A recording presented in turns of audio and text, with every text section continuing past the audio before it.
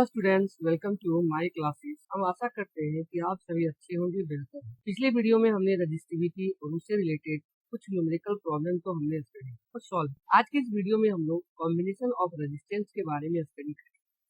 तो सबसे पहले हम लोग देखते हैं यहाँ पे कि कॉम्बिनेशन होता क्या है। तो आजकल हम लोग प्रैक्टिकल पर्पज के लिए कभी हमको इलेक्ट्रिक करंट को बढ़ाने की आवश्यकता पड़ती है या तो कभी इलेक्ट्रिक करंट को घटाने की आवश्यकता पड़ती है। तो उस केस में हम क्या करते हैं कि रेजिस्टेंस को कंबाइन करते हैं, और जो रेजिस्टेंस को आपस में जब हम कंबाइन करते हैं दो या दो से अधिक रेजिस्टेंस को, तो उसी को हम लोग बोलते हैं कॉम्बिनेशन। और उसी कॉम्बिनेशन के आधार पर जो रेजिस्टेंस का जो कॉम्बिनेशन होता है उसको दो भागों में डिवाइड किया। उसमें जो पहला कॉम्बिनेशन है वो है हमारा रेजिस्टेंस इन सीरीज, यानी जिसको हम कह सकते हैं सीरीज कॉम्बिनेशन। यानी ये जो हमारा हो जाएगा वह हो जाएगा सीरीज कॉम्बिनेशन।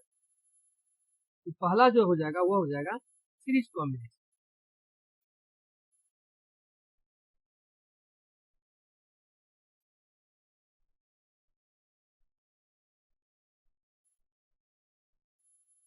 तो हम लोग सबसे पहले यहाँ पे देखते हैं कि सीरीज कॉम्बिनेशन हमारा क्या होता है। तो सीरीज कॉम्बिनेशन हमको कहता है कि the resistance are joint end to end and the same current flow through each one of them when a potential difference is applied across combination। यानी कह रहा है कि अगर हम मान लेते हैं कि कोई रेजिस्टेंस है, अगर हम यहाँ पे तीन रेजिस्टेंस लेके चल रहे हैं, ये रेजिस्टेंस है पहला R1, दूसरा रेजिस्टेंस है R2 और तीसरा रेजिस्टेंस हम यहाँ पे ले लेते हैं, वह रेजिस्टेंस है R3। तो यहाँ पर क्या कर रहा है कि इस रेजिस्टेंस को हम जब आपस में कंबाइन करते हैं तो यहाँ पर हम देखेंगे कि R1 का जो इन पॉइंट है ये वो R2 के इन पॉइंट इस पॉइंट के साथ ये कंबाइन। उसी प्रकार से R2 जो रेजिस्टेंस है उसका इन पॉइंट और ये जो R3 का जो रेजिस्टेंस का इन पॉइंट है ये वाला, ये पॉइंट जो है वो आपस में क्या होगा, कंबाइन।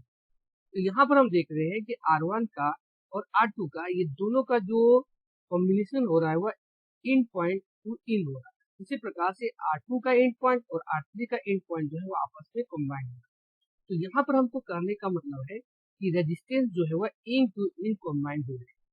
अब हमको क्या बोल रहा है कि जब हम इस रेजिस्टेंस को इस कॉम्बिनेशन को अगर हम पोटेंशियल डिफरेंस के साथ जब हम कंबाइन करते हैं तो यहाँ पर हम देखेंगे कि इसमें जो इलेक्ट्रिक करंट जो पास करेगा I, वह इलेक्ट्रिक करंट इस सारे रेजिस्टेंस के पास जो है वह इक्वल हो। यानी अगर R1 है तो इसके थ्रू जो करंट पास करेगा वह हो जाएगा I, R2 के थ्रू जो करंट पास करेगा वह भी होगा I, और R3 के पास जो करंट है पास करेगा वह भी है I।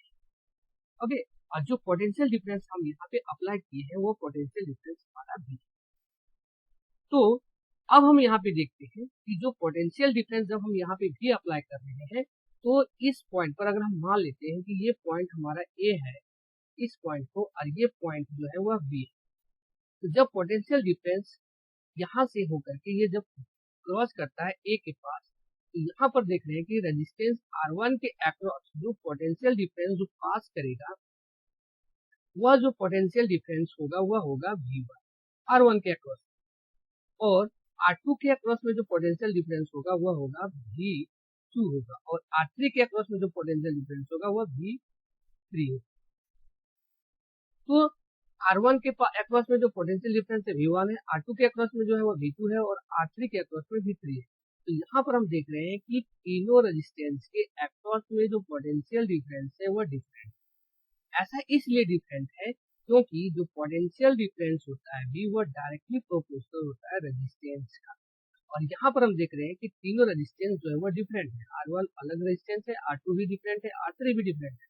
तो इसीलिए R1 के अक्रॉस जो पोटेंशियल डिफरेंस है वो V1 है, R2 के अक्रॉस जो पोटेंशियल डिफरेंस है V2 है, और R3 के अक्रॉस जो पोटेंशियल डिफरेंस है वह V3 है। तो इस के आधार पर हम यहाँ पर क्या कह सकते हैं कि जो टोटल पोटेंशियल डिफरेंस जो है हमारा V है वह कॉम्बिनेशन है इंडिविजुअल पोटेंशियल डिफरेंस का अक्रॉस जो रेजिस्टेंस, जैसे कि V1 प्लस V2 प्लस और ये है V3। ओके, अब यहाँ पे हम देखेंगे कि जो पोटेंशियल डिफरेंस V होता है वह I इंटू R होता है। तो अगर हम मान लेते हैं कि टोटल पोटेंशियल डिफरेंस हमारा V है, तो ये करंट है और R जो है वह टोटल इक्विवेलेंट है रेजिस्टेंस का। तो यहाँ पर हम कह सकते हैं कि जो हमारा कॉम्बिनेशन है वह सीरीज का है, तो इसको हम मान सकते हैं कि ये इक्विवेलेंट जो है वह सीरीज कॉम्बिनेशन का है, इसीलिए इसको हमने लिख दिया है RS। अब यहाँ पर हम देखेंगे कि जो V1 का वैल्यू है वह हो जाएगा I इंटू R1। उसी प्रकार से V2 का जो हो जाएगा वह हो जाएगा I इंटू R2। V3 का जो हो जाएगा वह हो जाएगा I इंटू R3। अब हम क्या करते हैं, अगर हम मान लेते हैं कि ये इक्वेशन हमारा 1 था और ये सारे इक्वेशन को अगर हम एक साथ इसको अगर हम इक्वेशन 2 मान लेते हैं, तो जब ये सारे इक्वेशन 2 वाले को अगर हम इक्वेशन 1 में पुट करते हैं तो हमको जो वैल्यू मिलेगा V इक्वल टू जैसे कि V1 plus V2 plus V3 वह क्या मिलेगा, तो हम V1 के V के जगह लिख सकते हैं I इंटू RS, जो सीरीज का इक्विवेलेंट है RS। V का हो जाएगा I R1 प्लस V2 का हो जाएगा I R2 प्लस V3 का हो जाएगा I R। अब हम यहाँ क्या करेंगे कि I जो हमारा है उसको हम कॉमन ले लेंगे। यहाँ पर जब हम I कॉमन ले लेंगे तो यहाँ पर आ जाएगा R1 plus R2 plus R3। तो ये जो I है ये I क्या होगा, आपस में कैंसिल हो जाएगा। यहाँ पर जो हमारा मिल जाएगा RS equal to R1 plus R2 plus R3। Okay, ये हो गया हमारा सीरीज कॉम्बिनेशन का इक्विवेलेंट रेजिस्टेंस, जो RS है वह इक्वल है R1 प्लस R2 प्लस और R3 के बराबर। तो आगे फिर हम यहाँ पे देख सकते हैं कि जो RS है वह हमेशा बड़ा होगा इंडिविजुअल रेजिस्टेंस, जैसे R1। फिर ये RS जो है वो बड़ा होगा हमेशा, वो होगा R2 की। उसी प्रकार से R जो S है वो बड़ा हो जाएगा हमेशा R3 का। और जो RS है वह तीनों रेजिस्टेंस के सम के बराबर होगा। तो ये हो गया हमारा सीरीज कॉम्बिनेशन। अब हम आगे देखते हैं, यहाँ पे दिया हुआ है some points related to series combination of resistance, यानी कुछ पॉइंट्स दिए हुए हैं सीरीज कॉम्बिनेशन से रिलेटेड। तो पहला जो पॉइंट होगा वह हमारा होगा कि अगर हम मान लेते हैं कि n टर्म की रेजिस्टेंस, जैसे कि R1 plus R2 plus R3 plus इसी तरह से ये जो रेजिस्टेंस हमारा है वह n टाइम्स, लेकिन क्या बोला है कि ये जो सारे रेजिस्टेंस है वह R के इक्विवेलेंट है, यानी ये जो all resistance are equivalent to R, मतलब R1 जो है, R2 जो है और R3 जो है, इसी प्रकार से जो एन आर होगा वह भी जो है वह आर के बराबर है। ओके, यहाँ पर जो कॉम्बिनेशन हमको मिलेगा आर एस वह हमारा क्या मिलेगा, यहाँ पर हमारा जो कॉम्बिनेशन मिलेगा सीरीज में वो होगा R1 plus R2 plus R3 plus dot dot ये हो जाएगा n टाइम्स। तो सारे रेजिस्टेंस जो है वह R के इक्वल है, तो जब R के इक्वल है तो यहाँ पर हमारा हो जाएगा R प्लस R प्लस ये चला जाएगा डॉट डॉट n टाइम्स। यहाँ पर जो हमारा आर एस इक्विवेलेंट मिलेगा वह हो जाएगा n इंटू आर। ये n जो है वह हो जाएगा नंबर ऑफ रेजिस्टेंस और ये जो r हो जाएगा r, ये हो जाएगा हमारा resistance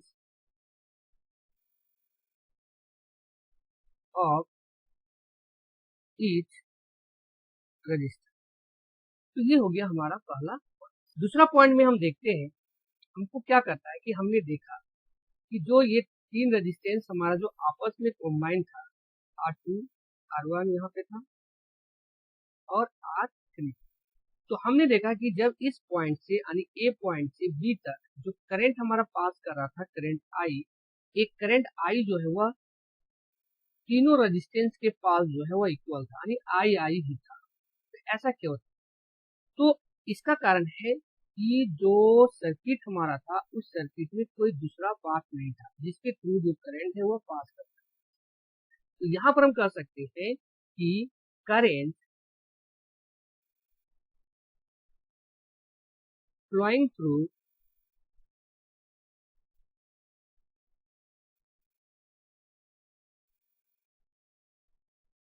each resistance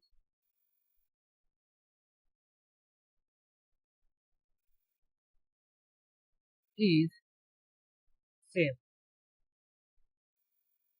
because no other path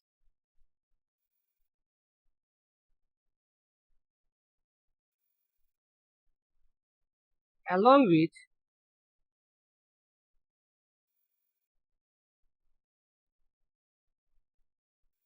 the current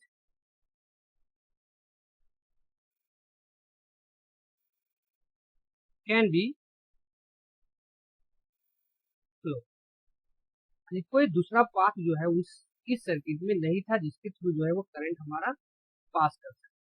यही कारण है कि सारे रेजिस्टेंस से जो करंट हमारा पास कर रहा था वह इक्वल करंट।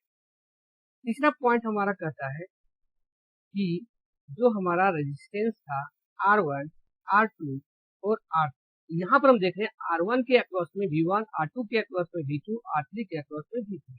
मतलब पोटेंशियल डिफरेंस जो है वह सारे रेजिस्टेंस के अक्रॉस में डिफरेंस। तो यहाँ पर हम लिख सकते हैं कि potential difference across each resistance is same because potential difference is directly proportional to resistance. यानी रेजिस्टेंस के डायरेक्टली प्रोपोर्शनल। और अगर हमारा रेजिस्टेंस चेंज होगा तो पोटेंशियल डिफरेंस भी हमारा क्या होगा, चेंज। तो ये जो है हमारा इस प्रकार से 3 पॉइंट्स है। अगर हम चौथे पॉइंट को मान सकते हैं कि जो इक्विवेलेंट रेजिस्टेंस है सीरीज का RS equal to R1 plus R2 plus R3।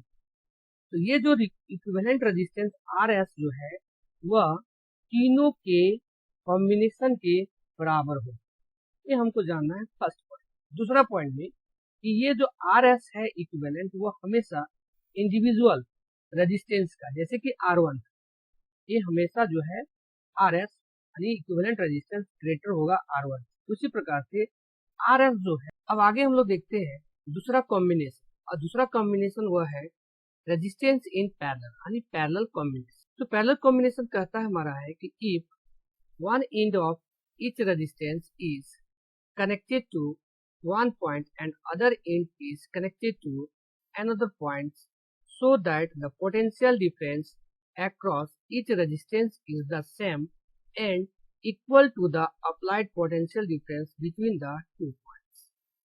तो यहाँ पर क्या कर रहा है कि हमको जो है वह पैरेलल कॉम्बिनेशन कराना है। पैरेलल कॉम्बिनेशन में जो रेजिस्टेंस होंगे वो आपस में वह इस प्रकार से कॉम्बाइन, जैसे कि ये R1 है, दूसरा जो रेजिस्टेंस है उसको हम ले लेते हैं यहाँ पर R2, और तीसरा जो रेजिस्टेंस है वह हो जाएगा इस पॉइंट पर R।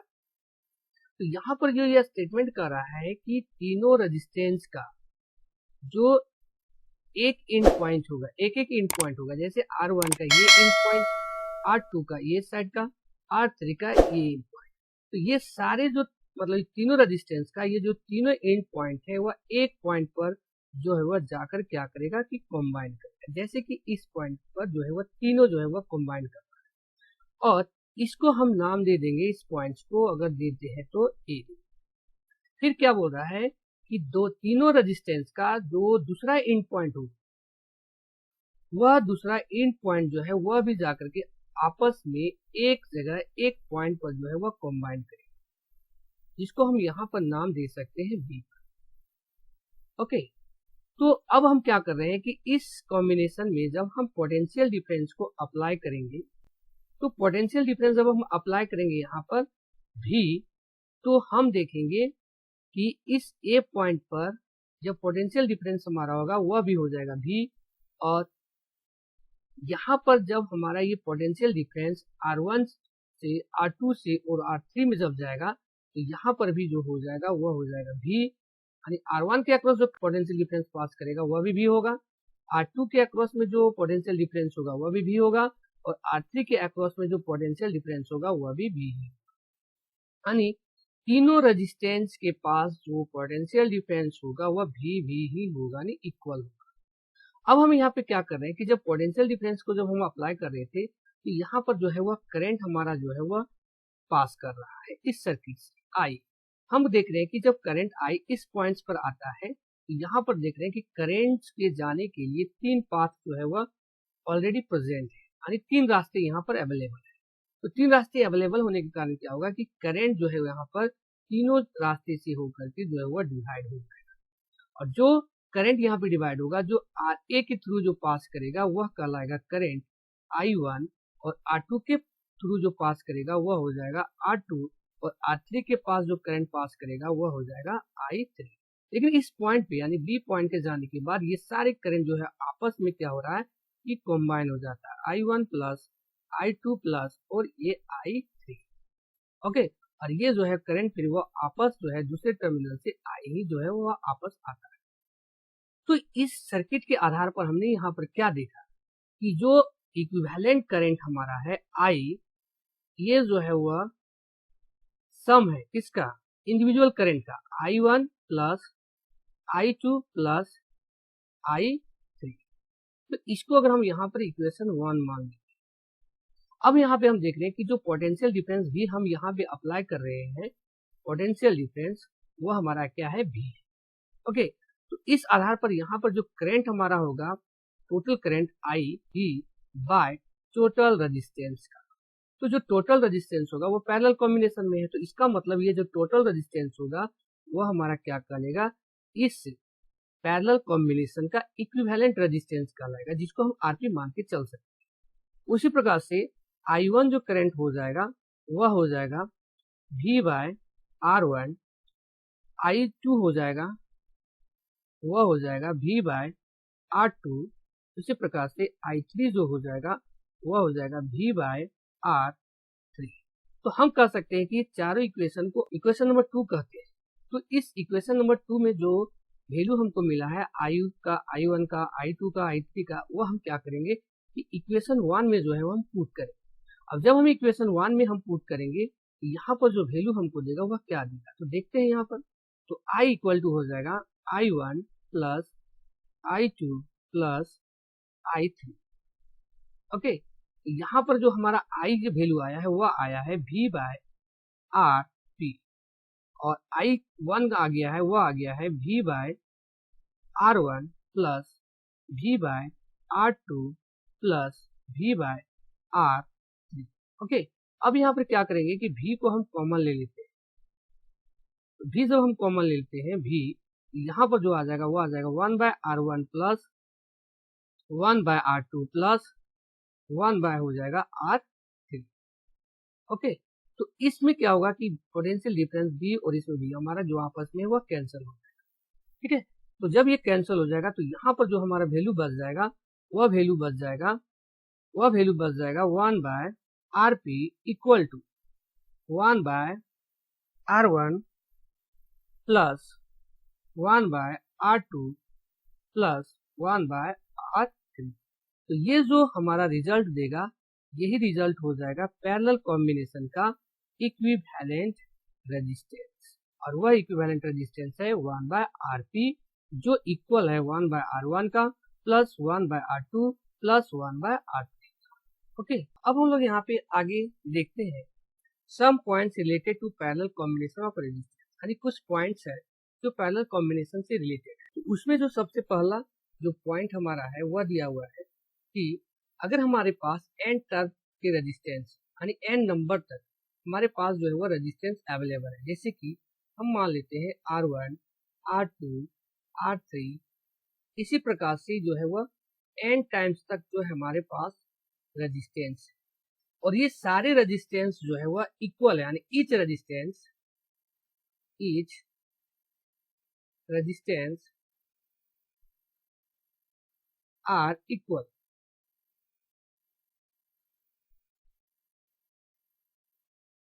टू आर, यानी इसका मतलब R1 जो है वह R2 जो है वह R3 जो है वह जो n टर्म तक है, n टाइम्स तक, वह सारे जो है वह R के बराबर।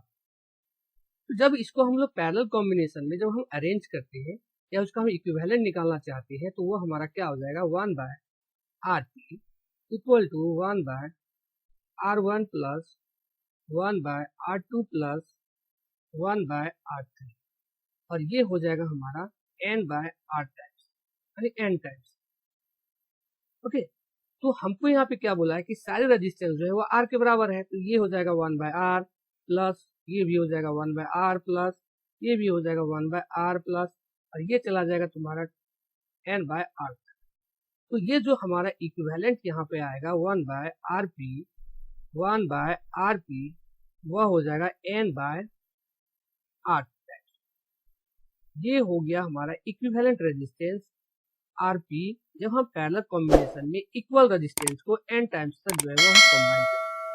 तो यहाँ पर जो हमारा मिल जाएगा Rp वह आ जाएगा R बाय n, और ये n जो हो जाएगा वह हो जाएगा नंबर ऑफ रजिस्टर, यानी हम कितने नंबर यानी कितने रजिस्टर्स हम आपस में ले रहे हैं, और सारे रजिस्टर्स का जो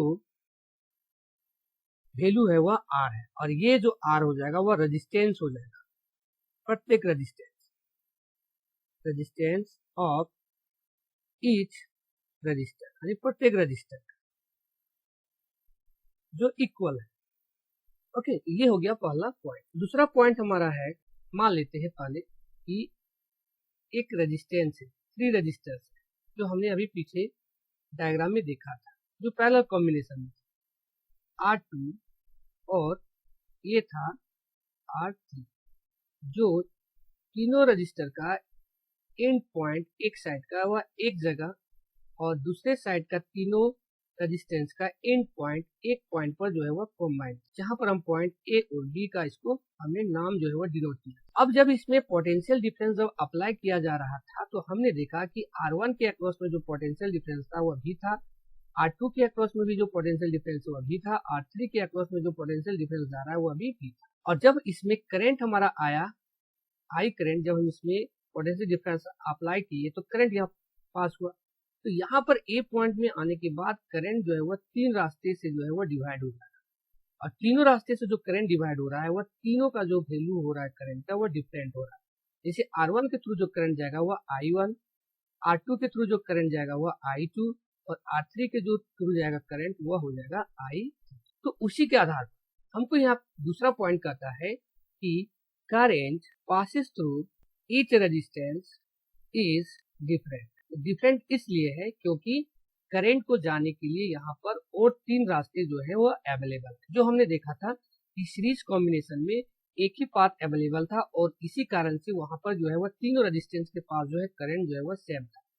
लेकिन यहाँ पर जो है वह 3 रास्ते यानी 3 पाथ जो है वह अलाउ कर रहा है, और तीनों पाथ होने के कारण करंट जो है वह 3 पाथ से होते हुए जो है वह डिवाइड हो रहा है। तीसरा पॉइंट यहाँ पर है वह है कि potential difference applied across each resistance is same। हमने यहाँ पे देखा कि प्रत्येक रेजिस्टेंस के पास जो है उसके अक्रॉस में जो है वह पोटेंशियल डिफरेंस हमारा क्या है, सेम। चौथा पॉइंट हम देखेंगे, मान लेते हैं कि हमारे पास कोई 2 गिवन रेजिस्टेंस है, R1 एंड R2। तो जब R1 एंड R2 दो रेजिस्टेंस को जब हम पैरेलल में कंबाइन करेंगे तो वहां पे जो हमको वैल्यू देगा वो हो जाएगा 1 by RP equal to 1 by R1 plus 1 by R2। तो इसको जब हम कंबाइन करेंगे तो यहाँ पर जो क्या होगा कि R1 और R2 इसका जो है वो एलसीएम हो जाएगा, और यहाँ पे आ जाएगा R1 प्लस R2, ये जो हमको देगा 1 बाय RP। यहाँ पर हम देख रहे हैं कि जो इक्विवेलेंट रेजिस्टेंस देगा हमको 2 रेजिस्टेंस के बीच का पैरेलल कॉम्बिनेशन में, वह हो जाएगा R1 into R2 bye R1 plus R2।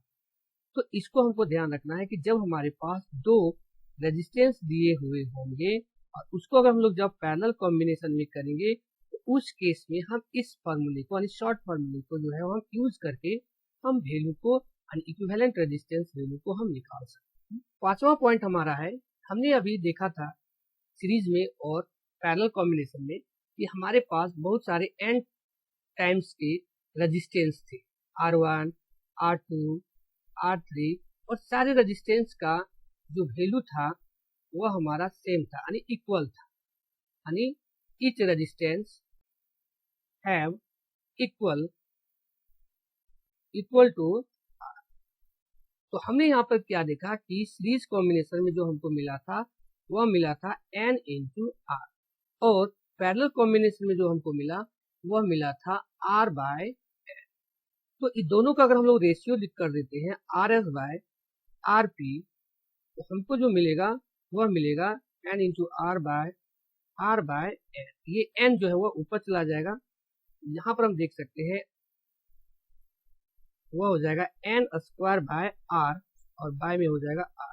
ये r आपस में हमारा कैंसिल हो जाएगा, तो यहाँ पर जो मिल जाएगा वह हो जाएगा RS by RP equal to n square, जो RS equal to n square RP के बराबर हो जाएगा। ओके, इसका मतलब है जो इक्विवेलेंट रेजिस्टेंस हमारा होगा सीरीज का वह n स्क्वायर टाइम्स हो जाएगा equivalent resistance of R parallel, वह हमेशा इंडिविजुअल रेजिस्टेंस R2 के बड़ा हो, R2 से बड़ा हो। उसी प्रकार से जो इंडिविजुअल जो हमारा इक्विवेलेंट रेजिस्टेंस है RF, वह इंडिविजुअल रेजिस्टेंस R3 से क्या होगा, बड़ा।